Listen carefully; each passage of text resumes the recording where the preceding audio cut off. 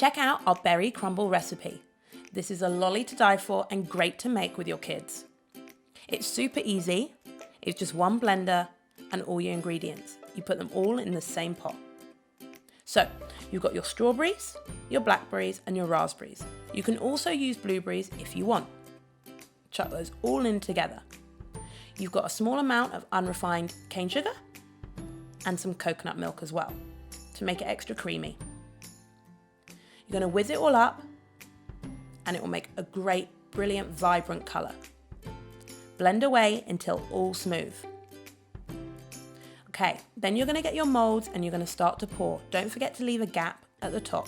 This is because the mixture freezes and you're also going to sprinkle in your crumble mix. This could be granola or oaty crumble biscuits. Oh, that was really quick. Don't forget to pour the rest of your moulds. But they look great. Your kids can help sprinkle. They can put the berries in the blender and whiz away. Enjoy, guys.